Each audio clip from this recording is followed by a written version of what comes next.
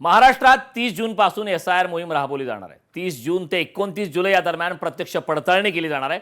9.86 कोटींपैकी किती मतदार हे वगळले जाणार याकडे मात्र सर्वांचं लक्ष लागलंय। एसआयआर मोहिमेसाठी 392 अधिकाऱ्यांची नियुक्ती करण्यात आली। अत्यंत महत्त्वाची एसआयआर मोहीम खरं तर आपण मागेच पाहिलं, पश्चिम बंगालमध्ये ज्या निवडणुका झाल्या एसआयआर मोहिमेची जोरदार चर्चा देशभर रंगली होती। आता मात्र महाराष्ट्रात 30 जून पासून एसआयआर मोहीम ही राबवली जाणार आहे।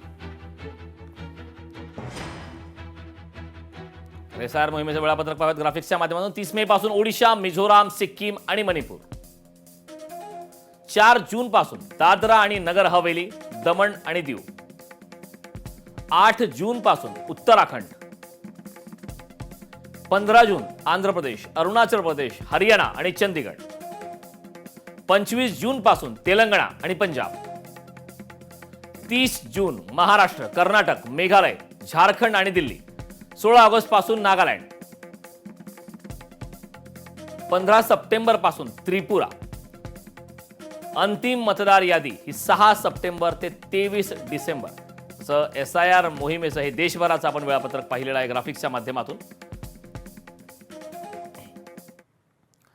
माजी आमदार बाबाजानी दुर्राणी यांच्यावरती आता नवीन जबाबदारी समोर आली आहे। दुर्राणी हे परभणी ग्रामीण जिल्हा काँग्रेसच्या अध्यक्षपदी त्यांची नियुक्ती झाली आहे। काँग्रेसचे प्रदेशाध्यक्ष हर्षवर्धन सपकाळ यांनी यांची घोषणा केली। तर बाबाजानी दुर्राणी यांच्यावरती आता नवीन जबाबदारी आली आहे। दुर्राणी हे परभणी ग्रामीण जिल्हा काँग्रेसच्या अध्यक्षपदी त्यांची नियुक्ती झाली आहे। काँग्रेसचे प्रदेशाध्यक्ष हर्षवर्धन सपकाळ यांनी या संदर्भातली घोषणा केली।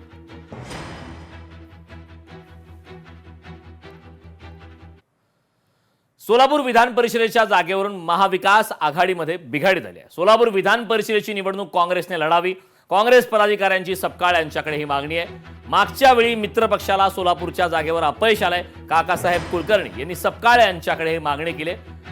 मात्र या मागणीवरती आगामी काळात काँग्रेसच्या माध्यमातून काय भूमिका घेतली जाते, काय निर्णय घेतले जातात हे पाहणं महत्त्वाचं आहे।